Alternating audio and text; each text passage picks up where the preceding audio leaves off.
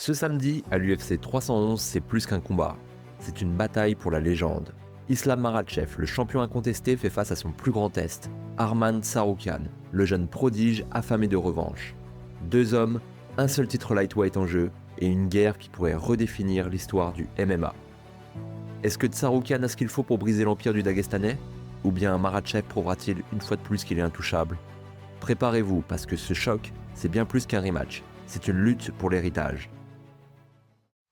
Alors, parlons du premier combat entre Makhachev et Tsarukyan. Vous savez, c'est pas juste un duel ordinaire dans l'octogone. Ce combat, c'est un véritable manuel de MMA, une masterclass pour tous ceux qui aiment analyser la technique. Et je vais vous expliquer pourquoi. Déjà, on parle de deux combattants avec des styles hyper complets. Makhachev, qu'on ne présente plus, c'est l'élève modèle de Khabib.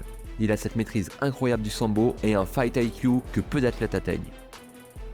Et en face, Tsarukyan, le jeune loup affamé qui n'a rien à perdre et tout à prouver. Dès la première minute, tu sens qu'il ne va pas se contenter de survivre, il est là pour la gagne.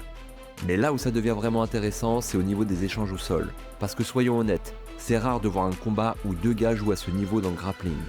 On parle d'attaque, de transition et de défense qui te donnent envie de mettre pause toutes les 10 secondes juste pour comprendre l'action.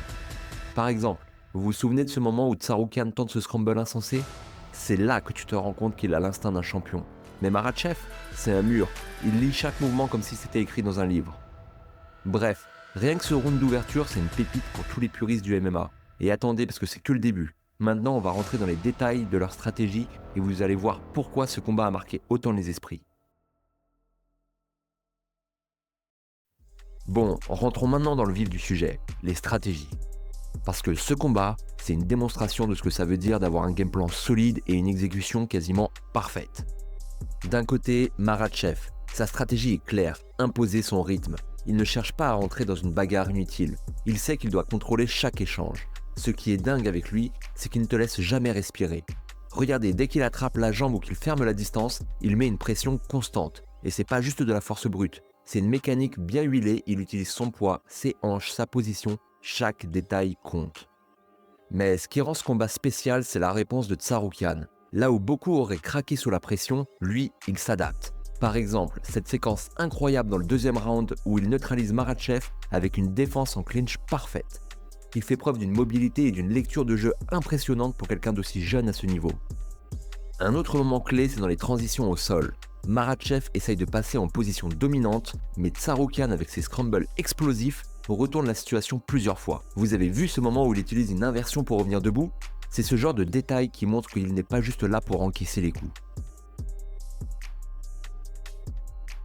Mais attention, tout n'est pas parfait pour Tsarukyan non plus. Il y a des moments où son énergie joue contre lui. Ce genre d'effort demande une endurance de folie et on le voit petit à petit commencer à ralentir. C'est là que Makhachev, avec son calme et son expérience, prend l'avantage. Et c'est ça qui rend ce combat si unique. C'est un vrai duel d'échecs, mais dans une cage. Deux combattants qui testent leurs limites physiques et mentales, tout en restant incroyablement techniques. Bref, c'est le genre de combat que tu peux revoir 10 fois et toujours découvrir quelque chose de nouveau. Après avoir analysé les détails techniques et stratégiques de leur premier combat, parlons un peu du contexte que ce combat avait à l'époque. D'abord, pour Tsarukyan, c'était clairement un test grandeur nature. À l'époque, beaucoup de fans ne connaissaient pas encore son nom, mais après ce combat, il a prouvé qu'il faisait partie des meilleurs de cette nouvelle génération de combattants, prêts à tout pour briller. Il a montré qu'il pouvait tenir tête à l'un des meilleurs de sa catégorie. Et franchement, combien de gars auraient pu endurer comme ça face à un Makhachev en pleine montée ? Pour moi, aucun, et encore moins en short notice. Et pour Makhachev, c'était une étape importante pour asseoir sa réputation. Même si c'était un combat difficile, il a montré qu'il pouvait rester calme sous pression, qu'il avait une stratégie solide et qu'il était prêt à devenir un futur champion. Parce que soyons honnêtes, à ce moment-là, tout le monde le voyait encore comme le pote de Khabib. Mais ce combat, c'était un message. Il n'est pas juste là pour suivre les traces de Khabib, il est là pour construire son propre héritage. Et ce qui est fascinant, c'est que ce combat n'a pas eu besoin de chaos ou de soumission pour être spectaculaire. C'est la technique, la stratégie et la volonté des deux combattants qui ont rendu ce moment spécial. C'est ça qui fait la beauté du MMA, non ? Ce mélange parfait entre art et combat. Ce samedi pour l'UFC 311, ces deux combattants vont se livrer une nouvelle guerre, mais cette fois-ci c'est pour la ceinture lightweight de l'UFC. Mais depuis tout ce temps, ces deux combattants ont eu le temps de bien évoluer. Commençons par Makhachev.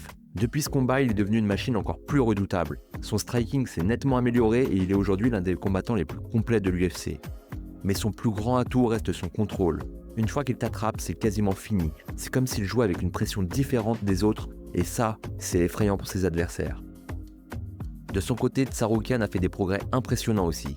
Il a étoffé son arsenal, surtout en striking, et il est plus patient dans ses approches. Il a prouvé dans ses récents combats qu'il pouvait rivaliser avec les meilleurs, notamment dans des guerres où l'endurance est cruciale. Il a survécu aux tentatives de soumission de Charles Oliveira, prouvant qu'il a la résistance d'un champion. Parlons maintenant des clés de la victoire pour ce combat épique entre Makhachev et Tsarukyan. Chacun d'eux a des atouts uniques qui pourraient faire pencher la balance en leur faveur, mais aussi des zones où ils devront exceller pour s'imposer ce samedi. Commençons par le champion. La clé numéro 1 pour Islam Makhachev, c'est d'imposer son contrôle au sol. On sait qu'il excelle dans ce domaine, mais face à un grappleur explosif comme Tsarukyan, il devrait être encore plus précis. Sa capacité à maintenir une pression constante tout en conservant son énergie sera déterminante. La deuxième clé, c'est son striking. Makhachev a montré des progrès incroyables debout, notamment face à des adversaires comme Oliveira et Volkanovski. Utiliser son jab pour maintenir la distance et punir Tsarukyan lorsqu'il avance sera essentiel pour le ralentir. Et enfin, l'expérience des grands moments. Makhachev a été dans des combats pour le titre, il sait gérer la pression. Si le combat va dans les derniers rounds, son calme et sa gestion de l'énergie pourraient faire toute la différence.